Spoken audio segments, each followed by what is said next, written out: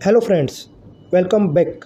दोस्तों, आज का वीडियो काफ़ी इंटरेस्टिंग होने जा रहा है क्योंकि आज के वीडियो पे हम लोग ईवी कन्वर्जन से रिलेटेड एक मेजर कन्फ्यूज़न के बारे में बात करने जा रहे हैं जो कि काफ़ी कॉमन है।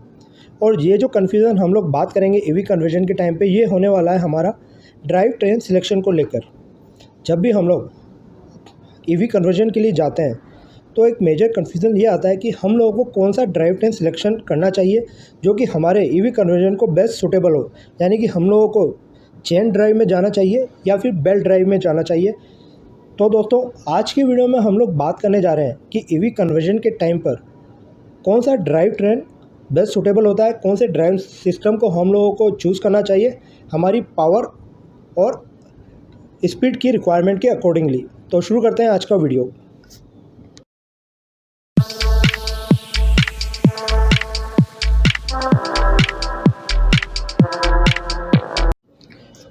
जैसा कि आप लोग जानते हैं कि ईवी कन्वर्जन के लिए हमारे पास मेजरली दो ऑप्शन होते हैं, हब मोटर और मिड ड्राइव यानी कि सेंट्रल माउंटेड मोटर। अब जब बात हब मोटर की आती है तो इसका एक मेजर बेनिफिट ये होता है कि इसकी माउंटिंग काफ़ी इजी होती है, तो हमारा ओवरऑल ईवी कन्वर्जन काफ़ी इजी हो जाता है। लेकिन इसके कुछ ड्रॉबैक्स भी हैं, जैसे कि इसके केस में हम लोगों को फ्लेक्सिबिलिटी नहीं मिलती है। जो भी पैरामीटर हम लोगों को मिलते हैं इन टर्म्स ऑफ स्पीड और टॉर्क, वही हमारे लिए फ़िक्स होते हैं। इसके बाद मिड ड्राइव मोटर के कंपैरिजन में जो हब मोटर होती हैं वो कॉस्टली होती हैं। जब बात मिड ड्राइव मोटर की आती है तो इसके अंदर मेजर बेनिफिट ये हो जाता है कि हम लोगों को फ्लेक्सिबिलिटी मिल जाती है कि हम लोग अपने ट्रांसमिशन रेशियो के अकॉर्डिंगली, यानी कि ट्रांसमिशन रेशियो को सिलेक्ट कर सकते हैं जितनी हमको स्पीड चाहिए या फिर टॉर्क चाहिए उसके अकॉर्डिंगली। तो यहाँ पर एक ये मेजर बेनिफिट हम लोगों को मिल जाता है। इसीलिए मैं नॉर्मली मिड ड्राइव मोटर को प्रेफर करता हूँ जब भी आप ट्रायल फेज़ में होते हैं या डेवलपमेंट फेज़ में होते हैं। अब चूँकि हम लोग बात कर रहे हैं ट्रांसमिशन ड्राइव्स की, तो मिड ड्राइव मोटर के केस में ट्रांसमिशन ड्राइव्स होगा। तो अब हम लोग बात करेंगे transmission drive for mid drive motor के साथ। अब बात ये हो जाती है कि मिड ड्राइव मोटर के साथ हम लोगों को कौन से ट्रांसमिशन ड्राइव के लिए जाना चाहिए, हम लोगों को बेल्ट ड्राइव पर जाना चाहिए या फिर हम लोगों को चेन ड्राइव पर जाना चाहिए। तो अब हम लोग स्पेसिफिकली बात करेंगे इस वीडियो में बेल्ट ड्राइव के बारे में, क्योंकि अगर मैं चेन ड्राइव के बारे में भी बात करूंगा तो मेरा ये वीडियो काफ़ी लंबा हो जाएगा, जो कि मेरे वीडियो अक्सर हो जाते हैं। इसीलिए आज हम लोग स्पेसिफिकली बेल्ट ड्राइव के बारे में बात करेंगे। अब ईवी कन्वर्जन की बात करें तो हमारे पास कुछ ही ऑप्शन होते हैं, जैसे कि पहला तो है बाइसिकल का कन्वर्जन, उसके बाद बात आती है हमारे स्कूटर का कन्वर्जन, मोटरसाइकिल का ईवी कन्वर्जन, और उसके बाद हमारी कार या फिर लोडिंग व्हीकल्स का ईवी कन्वर्जन। तो हम लोग बेल्ट ड्राइव के केस में इन सभी मेजर कैटेगरीज़ को अपने इस वीडियो में कवर करने की कोशिश करेंगे। सबसे पहले समझ लेते हैं कि ये बेल्ट ड्राइव क्या होते हैं और बेल्ट कितने टाइप्स की होती हैं और इनके क्या मेजर बेनिफिट्स होते हैं और ड्रॉबैक्स होते हैं। अगर हम लोग बेल्ट की बात करें तो बेल्ट चालू होती है फ्लैट बेल्ट से, वी बेल्ट से, फिर आती है हमारी टाइमिंग बेल्ट और बाकी दूसरी टाइप्स की भी बेल्ट, जिसमें हम लोग ज़्यादा डिटेल में नहीं जाएंगे। अब चूँकि हमारे ईवी कन्वर्जन के लिए सबसे कॉमन जो बेल्ट अवेलेबल्स होती है मार्केट में वो होती है वी टाइप की बेल्ट, तो हम लोग स्पेसिफिकली वी टाइप की बेल्ट के लिए बात करेंगे। हालांकि आप लोग टाइमिंग बेल्ट्स के लिए भी जा सकते हैं, पर क्योंकि ये थोड़ी सी स्पेसिफिक होती हैं, इनकी अवेलेबिलिटी थोड़ी सी लिमिटेड होती है और स्टैंडर्ड ही अवेलेबल होती हैं, जबकि वी बेल्ट के केस में आपको काफ़ी ज़्यादा फ्लेक्सिबिलिटी मिल जाती है। तो मैं मेजर अभी इस वाले वीडियो में वी बेल्ट के बारे में ही बात करूँगा। हो सकता है आने वाले वीडियो में अगर आप लोगों को रिक्वेस्ट आएगी तो हम लोग टाइमिंग बेल्ट के बारे में भी डिटेल में बात करेंगे, पर अभी के वीडियो में हम लोग फोकस करेंगे वी बेल्ट के बारे में।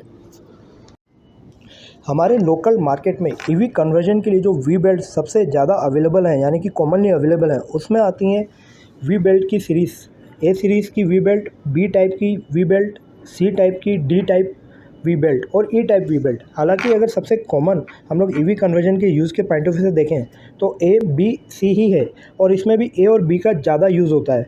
सी ज़्यादा हायर लोड के लिए यूज़ कर सकते हैं हम लोग। अब अगर हम लोग इन वी टाइप की वी बेल्ट की बात करें तो बेसिकली इनकी जो एफिशिएंसी होती है, अगर नई बेल्ट को कंसीडर करें तो 95 से 97% के आसपास जाती है। जैसे जैसे बेल्ट पुरानी होती जाती है उसकी एफिशिएंसी रिड्यूस होती जाती है और ये फिर 90 से लेकर 92% के आसपास आ जाती है। अब आप लोगों को एक चीज़ ये ज़रूर समझनी होगी कि वी बेल्ट के केस में जो मेजर पावर हमारा लॉस होता है वो होता है इसकी बेंडिंग के टाइम पर, क्योंकि वी बेल्ट की अपनी एक विड्थ होती है और जब भी हम लोग इसको ड्राइव में यूज़ करते हैं तो ड्राइव के साथ जब ये चलती है और पुली के ऊपर चढ़ती है तो बेंडिंग आता है वी बेल्ट में और यहीं पर हमारा पावर लॉसेस होता है। और इसको कंपनसेट करने के लिए, इस पावर लॉस को कम करने के लिए, एफिशिएंसी को बढ़ाने के लिए आती है एक सेकेंड टाइप की बेल्ट, और इस बेल्ट को हम लोग बोलते हैं कॉक्ड बेल्ट। ये जो बेल्ट होती हैं इसमें टीथ टाइप की कुछ प्रोफाइल्स बनी होती हैं, यानी कि ट्रायंगुलर टाइप की प्रोफाइल्स बनी होती है बॉटम में। और इसका बेनिफिट ये मिलता है कि इस प्रोफाइल की वजह से इन पे जो फोर्स की रिक्वायरमेंट होती है बेंडिंग के टाइम पर वो कम हो जाती है और इनकी एफिशिएंसी फर्दर 2 से 3% तक बढ़ जाती है। यानी कि हम लोग कह सकते हैं एक पुरानी कॉक्ड वी बेल्ट की एफिशिएंसी तकरीबन 94 से लेकर 95% के आसपास आ जाती है। लेकिन फर्दर इसमें भी कुछ एडवांसमेंट हुआ है और इसके बाद आई है नैरो वी बेल्ट। अब नैरो वी बेल्ट का फ़ायदा ये होता है कि इनकी जो विड्थ है वो हमारी रेगुलर वी बेल्ट से 1:1.2 के रेशियो में होती है, यानी कि इनकी विड्थ ओवरऑल कम होती है वी बेल्ट के केस से। इसलिए इनको हम लोग और हायर स्पीड के लिए यूज़ कर सकते हैं। लेकिन चूँकि इनकी विड्थ बढ़ जाती है इसलिए ज़्यादा बेंडिंग फोर्स लगता है, इसलिए इनका पावर लॉसेस बढ़ जाता है। और यहीं पर कंपोसेट करने के लिए इस पावर लॉस को यहाँ पर फिर से अगेन टर्म्स आ जाती है नैरो वी बेल्ट के साथ कॉक्ड प्रोफाइल, यानी कि नैरो कॉक्ड वी बेल्ट। तो यहाँ पर अब इन नैरो बेल्ट्स का फ़ायदा ये हो गया कि इसमें हमको हायर स्पीड भी मिल गई, हायर पावर ट्रांसमिशन भी मिल गया है और साथ में इनकी एफिशिएंसी बढ़ गई है क्योंकि इनके साथ कॉक्ड प्रोफाइल है। तो ये हो गई 3 टाइप्स की बेल्ट, जिसको अब मैं फिर से समराइज़ कर देता हूँ। अब अगर हम लोग ईवी कन्वर्जन के लिए वी बेल्ट की बात करें तो स्टैंडर्ड वी बेल्ट जो कि ए, बी और सी सीरीज़ की हम लोग यूज़ कर सकते हैं हमारे ईवी कन्वर्जन के लिए, वो हार्डवेयर वाले के यहाँ पर आपको इजीली मिल जाएंगी। इससे हायर सीरीज़ की भी मिल जाएंगी और वो भी पुली के साथ, यानी कि पुली के भी मल्टीपल ऑप्शंस में हम लोगों को मिल जाएंगी डिफरेंट साइजेस के साथ। तो स्टैंडर्ड वी बेल्ट के केस में जो हमारा ईवी कन्वर्जन का ट्रायल पर्पस है या फिर बनाने का पर्पस है वो थोड़ा सा ज़्यादा ईजी हो जाता है क्योंकि अवेलेबिलिटी ईजी है, प्लस प्राइस भी थोड़े से इनके इकोनॉमिकल होते हैं। स्टैंडर्ड वी बेल्ट जो आपकी छोटी साइज़ की आती हैं 23, 24 नंबर, 25 नंबर की, इनके प्राइस है 125-150 रुपये से स्टार्ट होते हैं। और पुली भी आपको 350-400 रुपये में मिल जाएगी, 4 इंच की या 5 इंच की पुली। इसके बाद जैसे जैसे आप बड़े साइज़ में जाएंगे वैसे वैसे रेट्स बढ़ जाएंगे और डिपेंड करता है कि आप सिंगल ग्रुप पे जा रहे हैं मल्टीपल ग्रुप्स पे जा रहे हैं, तो और रेट उसके अकॉर्डिंगली डिसाइड होंगे। अब अगर मैं बात करूँ इनके स्पीड वर्सेस पावर की, तो ए बेल्ट के केस में जैसे स्टैंडर्ड की बात करें तो आपको मैक्सिमम हायर स्पीड मिलती है लेकिन पावर और टॉर्क कम होता है। जैसे ही आप बी बेल्ट पे शिफ्ट होंगे उसकी स्पीड स्पेसिफिकेशंस कम हो जाएंगे लेकिन वहाँ पर आपका पावर और टॉर्क बढ़ जाएगा। अगेन सी बेल्ट के केस में फिर से जो स्पीड है उसकी स्टैंडर्ड स्पीड वो कम हो जाएगी लेकिन इसके कंपेरिजन में आपका पावर और टॉर्क बी से भी ज़्यादा बढ़ जाएंगे। तो इसके अकॉर्डिंगली आप अपना सिलेक्शन कर सकते हैं, जिसके बारे में हम लोग आगे डिटेल में बात करेंगे।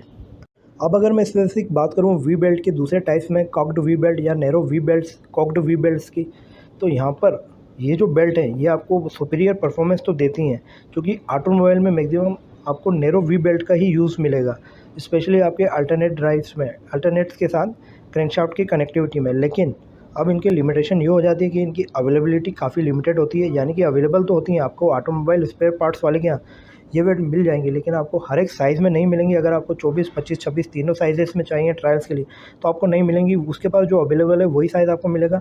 लेकिन एक जो मेजर प्रॉब्लम आती है वो आती है इन वी बेल्ट्स के साथ अब पुलिस की अवेलेबिलिटी की। आपको आपके ऑटोमोबाइल स्पेयर पार्ट्स वाले के यहाँ पर कुछ स्टैंडर्ड साइज़ की ही पुली मिलेंगी जो कि गाड़ियों में यूज होती है, 2 व्हीलर या फिर 4 व्हीलर में।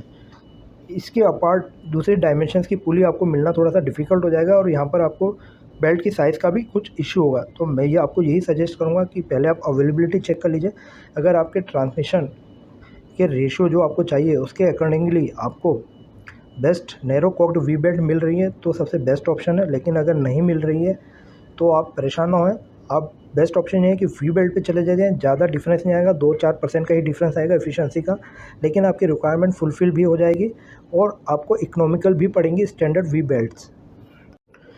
अब हम लोग बात करेंगे कि वी बेल्ट में भी जो डिफरेंट टाइप की साइजेस आते हैं, यानी कि जो डिफरेंट टाइप की सीरीज़ हैं ए, बी, सी टाइप की वी बेल्ट्स की, उनमें से हमको अपनी रिक्वायरमेंट के हिसाब से कौन सी सीरीज़ का सिलेक्शन करना चाहिए और कितनी बेल्ट्स यूज़ करनी चाहिए, यहाँ की हमको सिंगल बेल्ट यूज़ करनी है, डबल बेल्ट यूज़ करनी है या 3 बेल्ट यूज़ करनी है, इसकी भी हम लोग बात करेंगे हमारे ईवी कन्वर्जन के लोड फैक्टर और स्पीड फैक्टर के अकॉर्डिंगली। क्योंकि मैं हमेशा अपने वीडियोस में पूरी टेक्निकल डिटेल के साथ सारी चीज़ों को डिस्कस करता हूँ, इसलिए यहाँ पर हम लोग वी बेल्ट के सिलेक्शन के लिए थ्योरेटिकल और प्रैक्टिकल दोनों ही पॉइंट ऑफ व्यू से बात करेंगे। सबसे पहले थ्योरेटिकल पॉइंट ऑफ व्यू से बात कर लेते हैं, और यहाँ पर मैं आपको सिलेक्शन के लिए काफ़ी इजी एक ग्राफ दिखा रहा हूँ। मैं आप लोगों को फार्मूला नहीं बताऊँगा, ना ही उस फार्मूले की कैलकुलेशन बताऊँगा, क्योंकि उससे काफ़ी कॉम्प्लिकेटेड हो जाएगा सिलेक्शन। ये आप ग्राफ देख सकते हैं, इस ग्राफ को फॉलो करके आप अपनी रिक्वायरमेंट के accordingly A type, B type, C type या फिर ई टाइप का सिलेक्शन कर सकते हैं। और यहाँ पर आपको ये भी दिख जाएगा कि कौन से टाइप की बेल्ट की स्पीड लिमिट क्या है और उसकी पावर लिमिट क्या है, यानी कि टॉर्क लिमिट क्या है इन शॉर्ट। तो यहाँ पर आपको डिफरेंट टाइप्स की बेल्ट की पावर लिमिट और स्पीड लिमिट दिख जाएगी इस ग्राफ में। तो ये तो होगी थ्योरेटिकल एस्पेक्ट। अब हम लोग बात करेंगे प्रैक्टिकल पॉइंट ऑफ व्यू से हम लोगों को किस टाइप की बेल्ट का सिलेक्शन करना चाहिए और कितनी रो में बेल्ट का सिलेक्शन करना चाहिए, सिंगल बेल्ट सेलेक्ट करना चाहिए या डबल बेल्ट की पुली सेलेक्ट करना चाहिए। अब सबसे पहले बात करते हैं हम लोग एक स्कूटर के ईवी कन्वर्जन के लिए, और सबसे पहले बात कर लेते हैं हम लोग उसके वेट की।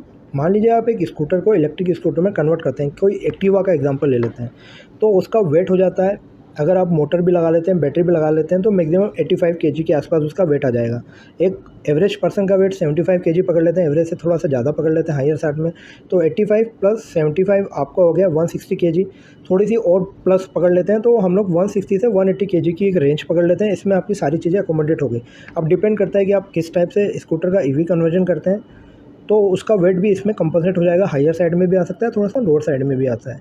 तो 160 से 180 की केजी की हमारी एक रेंज हो गई है। अब जब बात स्पीड की आती है, तो क्योंकि हमारे पास स्कूटर में 2 ही टाइप के टायर अवेलेबल होते हैं, पुरानी एक्टिवा में 10 इंच के टायर लगते हैं, नई वाली में 12 इंच के आने लग गए हैं, तो यहाँ पर 2 इंच का फ़र्क हो जाता है। लेकिन जब टायर छोटे हैं तो यहाँ पर हम लोग को हायर स्पीड के लिए जाना पड़ता है। फॉर एग्ज़ाम्पल अगर मैं 10 इंच के लिए बात करूँ, तो अगर हमको 60 kmph की स्पीड चाहिए, तो हमको रफली हमारे टायर को तकरीबन 750 आरपीएम की से रोटेट करना रहेगा बैक वाले टायर को। ये एक दोस्तों मैं एक रफ़ कैलकुलेशन बता रहा हूँ, एग्जैक्ट कैलकुलेशन हो सकता है अगर रिक्वायरमेंट होगी तो मैं बता दूंगा। तो 750 आरपीएम या फिर 800 आरपीएम से जब हमको रोटेट करना है हमारे पिछले वाले टायर को, तो हमारा स्पीड सिलेक्शन यानी कि हमारा ट्रांसमिशन सिलेक्शन भी इसके अकॉर्डिंगली होगा। तो हमारे पास ये जो डाटा है 60 kmph स्पीड के लिए, वो आया एक टेंटेटिव आरपीएम हमको चाहिए 800 आरपीएम हमारे रियल व्हील पर। तो अब ये तो हो गया हमारा आरपीएम 800 आरपीएम। अब इसके बाद अगर हम लोग मोटर की बात करें, तो नॉर्मली हमारे यहाँ पर जो मिड ड्राइव मोटर्स आती हैं वो 1 किलोवाट की अगर मैं बात करूँ तो 3000 आरपीएम में आती हैं रेटेड आरपीएम में। अब ये हो गया 3000 आरपीएम हमारा मोटर का, और हमको चाहिए व्हील पर 800। तो जो रेशो आ गया है वो हमारा आ गया है 1:3.75 का रिडक्शन टाइप का। अब जब 3.75 का रिडक्शन है, तो यहाँ पर अब हम लोग पुली पे जाते हैं, तो हम लोगों को पुली का सिलेक्शन इस टाइप से करना है कि ये जो है हमारा स्टैंडर्ड पुली के अकॉर्डिंगली मिट आउट हो। अब पुलीस हमारे पास जो अवेलेबल होती हैं वो 3.5 में या फिर 3 इंच में या फिर 4 इंच में आएगी, तो हम लोग सेफर साइड में 4 इंच की पुली पे चले जाएंगे। ये आपकी चॉइस है कि आप 3 इंच पे जा रहे हैं या 4 पे जा रहे हैं। तो 4 इंच की जब हम पुली पे चले जाएंगे तो हमारा कन्वर्जन कुछ इस टाइप से आएगा। अब ये तो बात हो गई हमारे रिडक्शन की। अब आप लोगों को एक चीज़ को ध्यान रखना है, जब भी आप बेल्ट सिलेक्शन करें, कि जो आरपीएम आपको पकड़ना है वो पकड़ना है जिस पुली पे हाईएस्ट आरपीएम हो। जैसे कि हमारे केस में 4:1 रिडक्शन के साथ अगर मैं बात करूँ, जो छोटी पुली होगी उस पर पूरे मोटर का आरपीएम 3000 है, तो उस पर 3000 आरपीएम ही आपको मिलने वाला है। और जो बड़ी पुली है उस पर 4 टाइम्स कम हो जाएगा, यानी कि वो डिवाइडेड बाय 4 हो जाएगी, तो इस पर आरपीएम कम मिलेगा। लेकिन सिलेक्शन के लिए हम लोग 3000 का ही आरपीएम पकड़ेंगे। अब हम लोग प्रैक्टिकल एस्पेक्ट में बात करेंगे कि कितनी कितनी डिफरेंट कंडीशंस में हम लोगों को किस टाइप की बेल्ट का सिलेक्शन करना है। अब देखिए दोस्तों, मोटा मोटा अगर मैं बोलूँ अपने एक्सपीरियंस से बेल्ट सिलेक्शन के मामले में, तो जब आप 3000 आरपीएम की मोटर यूज़ करते हैं, और पावर की बात करूँ तो जब आप 500 से लेकर 750 या 800 वाट की मोटर का यूज़ कर रहे हैं 3000 आरपीएम के साथ, या फिर मान लीजिए 6000 आरपीएम के साथ, तो दोनों कंडीशन में मैं आपको सजेस्ट करूँगा कि आप सिंगल रो ए टाइप की बेल्ट पर जा सकते हैं, लेंथ भले ही कितनी भी हो।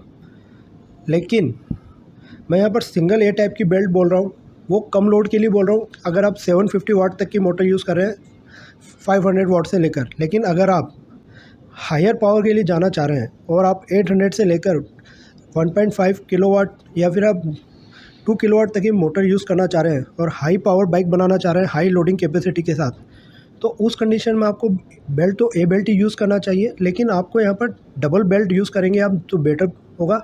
और यहाँ पर आपको 2 ग्रूव पुली यूज़ करनी पड़ेगी क्योंकि आप 2 बेल्ट यूज़ कर रहे हैं। तो हायर लोड के साथ आप 2 ग्रूव पुली के साथ डबल बेल्ट पे चले जाएँ और दोनों केसेस में चाहे 3000 आरपीएम हो चाहे 6000 आरपीएम हो, ए बेल्ट सूटेबल होगी।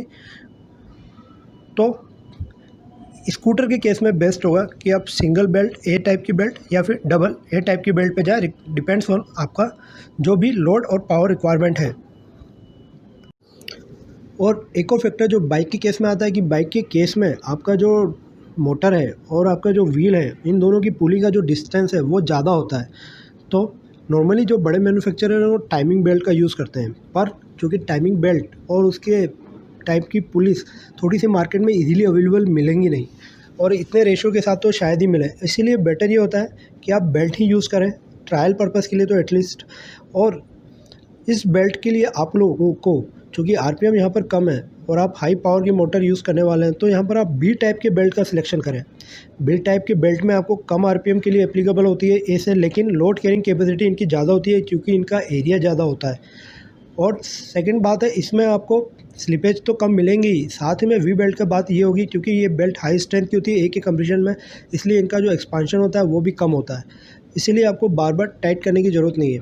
पर दोस्तों यहाँ पर हम लोग बेल्ट की बात कर रहे हैं इसलिए मैं बेल्ट के बारे में बता रहा हूँ। हालांकि बाइक के केस में चेन ड्राइव ज़्यादा प्रेफरेबल होता है, यानी कि आप स्प्रॉकेट और चेन का यूज़ करें तो ज़्यादा बेटर होगा, लेकिन उस कंडीशन में आप लोगों को प्रॉपर अलाइनमेंट देना पड़ेगा। बेल्ट के केस में ये है कि थोड़ा बहुत मिस अलाइनमेंट भी होगा आपका, तब भी वो मैनेज हो जाता है, लेकिन चेन स्प्रॉकेट में आपका अलाइनमेंट काफ़ी प्रॉपर होना चाहिए, नहीं तो बार बार आपकी चेन स्प्रॉकेट से उतरती रहेगी। इसलिए मैं बोलता हूँ कि ट्रायल के पर्पज़ से अगर आप ले रहे हैं तो आप एक बार बेल्ट पे ले लें और प्रॉपर्ली चलाने के बाद आप डिसाइड कर सकते हैं कि आपको स्प्रॉकेट पे जाना है या फिर बेल्ट से के साथ ही कंटिन्यू करना है, लेकिन आपको बी टाइप का बेल्ट यूज़ करना है इस वाले इलेक्ट्रिक मोटरसाइकिल के केस में। अब हम लोगों ने बात कर ली इलेक्ट्रिक स्कूटर के लिए, इलेक्ट्रिक मोटरसाइकिल की। अब हम लोग एक थोड़े से बड़े सेगमेंट में चले जाते हैं और 4 व्हीलर सेगमेंट की बात करेंगे और स्टार्टिंग करेंगे नैनो जैसी गाड़ियों के कन्वर्जन से, जिनका कि कर्ब आपका जो वेट होता है वो होता है 650 केजी और टोटल वेट की बात करूँ तो 800-850 केजी के आसपास जाता है विद पैसेंजर। और इस कंडीशन में देखिए दोस्तों, अगर आप हायर आरपीएम की मोटर यूज़ कर रहे हैं, अगर आप 6000 आरपीएम 5000 से 6000 आरपीएम की मोटर यूज़ कर रहे हैं तो डेफ़िनेटली मैं आपको सजेस्ट करूँगा आप डबल ए बेल्ट का ही यूज़ करें। और मतलब यहाँ पर ये है कि आपकी पुली में 2 ए बेल्ट रहेंगी, 2 ग्रूव वाली पुली होगी आपकी। तो हायर आरपीएम के लिए ये बेटर है क्योंकि इसमें आपको ज़्यादा रिडक्शन यूज़ करना पड़ेगा, तो आपकी मोटर साइड में ज़्यादा लोड आएगा नहीं। लेकिन अब यहाँ पर अगर आप 3000 आरपीएम की मोटर यूज़ कर रहे हैं तो मैं आपको सजेस्ट करूँगा कि सबसे बेस्ट चॉइस है आप बी टाइप की बेल्ट में चले जाएँ, डबल बी टाइप की बेल्ट यानी कि पुली विथ डबल ग्रूव। तो 2 बेल्ट यूज़ करेंगे आप बी टाइप की तो आपका 850 केजी से लेकर 900 केजी तक की ये दोनों बेल्टें लोड आसानी से ले लेंगी।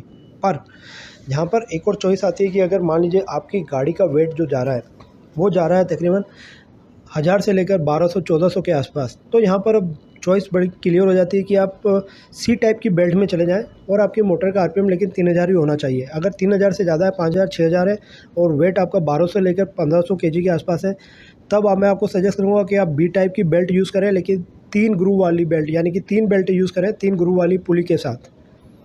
तो फिर से आपको रिपीट करता हूँ, अगला बेनिफिट ये हो जाता है बेल्ट ड्राइव के केस में कि मान लीजिए अगर आपकी ईवी कन्वर्जन के टाइम पर कुछ जाम हो जाता है या फिर सिस्टम में कुछ एकदम से पावर रिक्वायरमेंट बढ़ जाती है, तो उस कंडीशन में हमारी जो बेल्ट है आसानी से स्लिप हो जाती है और वो स्लिपेज के कारण ही हमारी मोटर प्रोटेक्ट हो जाती है। नहीं तो होगा क्या कि गाड़ी जाम हो गई है, चेन वगैरह आपने लगा रखा है, उस कंडीशन में पूरा लोड मोटर पे आएगा, उस कंडीशन में मोटर या फिर आपके कंट्रोलर डैमेज हो सकते हैं। लेकिन बेल्ट के केस में फ़ायदा ये हो जाता है कि बेल्ट स्लिप हो जाएंगी और वो आपके बाकी डिवाइसेस को प्रोटेक्ट कर लेंगी। तीसरा पॉइंट हो जाता है अवेलेबिलिटी। बेल्ट्स की अवेलेबिलिटी हमारे लोकल मार्केट में एटलीस्ट चेन स्प्रॉकेट से ज़्यादा है। अब जब आप ईवी कन्वर्जन के लिए बात करते हैं, स्पेशली कार्स के कन्वर्जन के लिए, तो आपको मोटरसाइकिल के स्प्रॉकेट और चेन तो काम आएंगे नहीं, आपको डबल वाले डुप्लेक्स चेन स्प्रॉकेट लेने पड़ेंगे। उस कंडीशन में थोड़ी सी अवेलेबिलिटी का रिस्ट्रिक्शन होता है, जबकि बेल्ट आपको हार्डवेयर वाले की आसानी से मिल जाती है, उनकी पुलिस भी आपको मिल जाएंगी।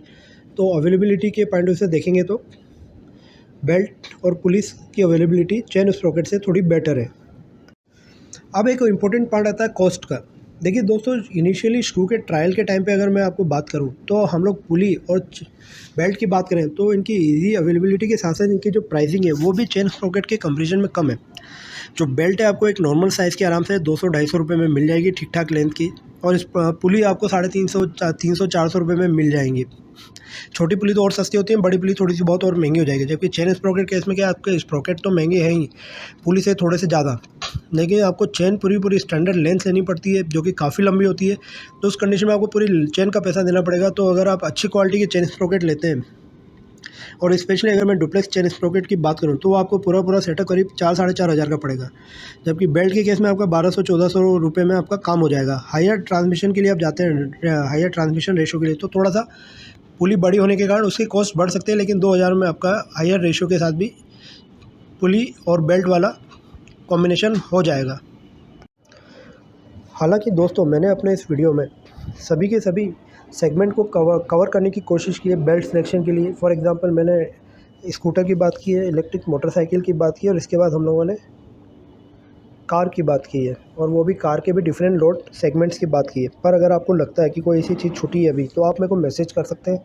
मैं फिर से कोशिश करूँगा सेगमेंट को अपने अगले वीडियो में कवर करने की, और अगले वीडियो में मैं आप लोगों को बताऊँगा चेन स्प्रॉकेट के सिलेक्शन के बारे में। तो थैंक यू वेरी मच मेरे इस वीडियो को देखने के लिए।